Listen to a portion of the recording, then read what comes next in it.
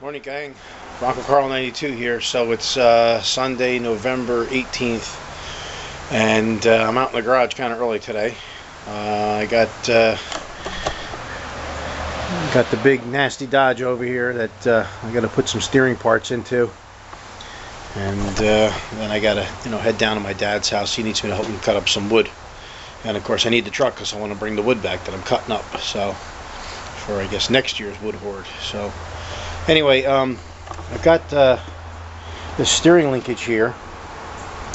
This is what they call the steering linkage in a box that you get from Dodge. It's steering tie rod and drag link from a 2010 and up Ram truck. The truck here has what we call, I don't know if you can really see that, but it's called a Y type steering, where the drag link, which is on the top there, goes over to the steering knuckle on the right side here of the truck, and then the tie rod from the left side goes into there, intersects into there, and which of course forms a Y. Well, I talked to you guys about Death Wobble before with this truck, and a lot of people have experienced it. I guess Chrysler probably recognized that a little bit because they came out with a new type of steering linkage that's actually T-style. So as you can see, that long tie rod will go between the two wheels, and then this drag link will connect it, which basically makes that into a T-style. Now, when you buy linkage from Chrysler and it's called the steering upgrade, they must know that there's a problem. So I'm kind of wondering, has anybody ever decided or thought about a lawsuit? Well, anyway, because when the Death Wobble happens, the two front wheels kind of flop at each other because the Y portion is going up and down. So they must know something about it, I guess. But anyhow, I guess I can cry about it all I want. But so anyway, what I did was I bought this linkage here, and it's a direct bolt-on for 2003 models and up. So I guess they call this truck the BR series. So I'm not sure what the series after that is, but to fit this on a BR, I saw a video, a guy put this on, and what he did was he shortened the tie rod here, because you have to shorten it by 3/4 of an inch, so he took 3/8 off of each one. But when I got this linkage, it's not really easy to do that because these guys have a sleeve. This is hollow. There's a sleeve in here with a notch, and there's a roll pin, and what that does is that keeps the two tie rod ends from I guess deflecting from each other, I guess, when you're making the adjustments, so everything stays nice and straight.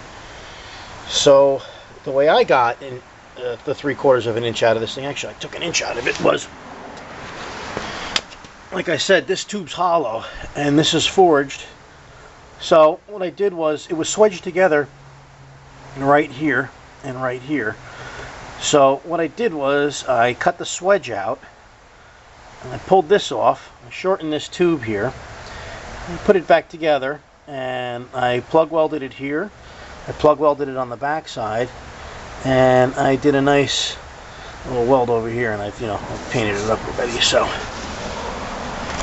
I didn't do a video on that. I don't know if it's recommended to weld on steering components, so I don't want to be liable for showing someone how to do that. So if you want to do that on your own, you're on your own. Anyway, I'm not going to bore you with the installation of it, but I'll show you what it looks like on the truck afterwards, and I'll talk to you guys later.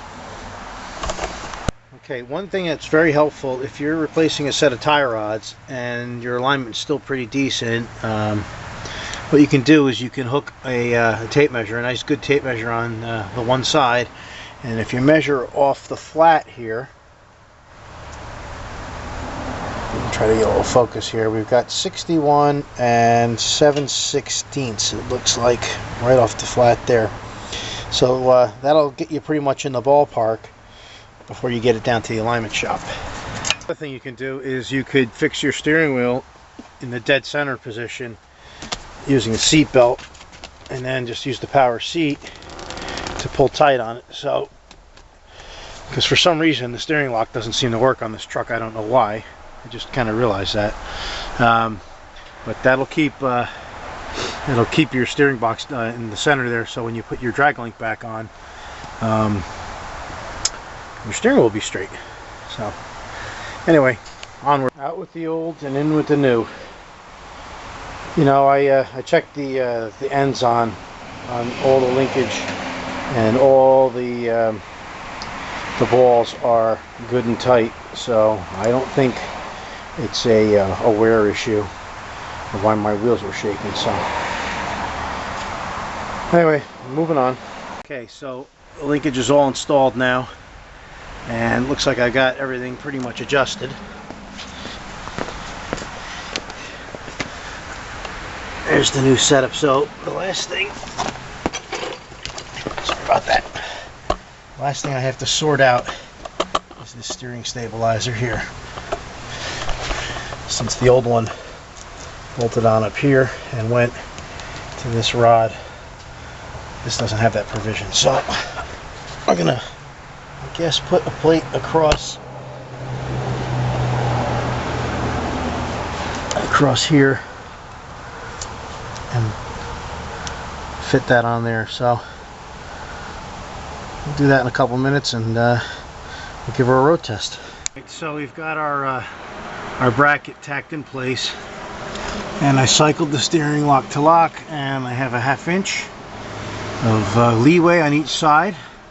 First time, pretty awesome. So I'm just gonna burn that mount in place, and just put her back on the ground and take her for a test drive. So we're all done.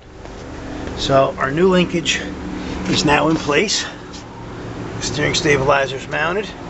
Can you see it? There it is. And everything's adjusted.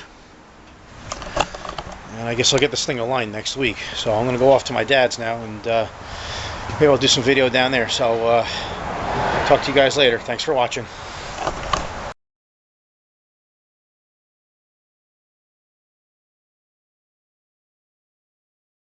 Morning, guys. It's Bronco Carl 92 here. Sunday, November, I don't know what day it is. Alright, so one helpful hint when you're going to pull tie rods off and replace them with a new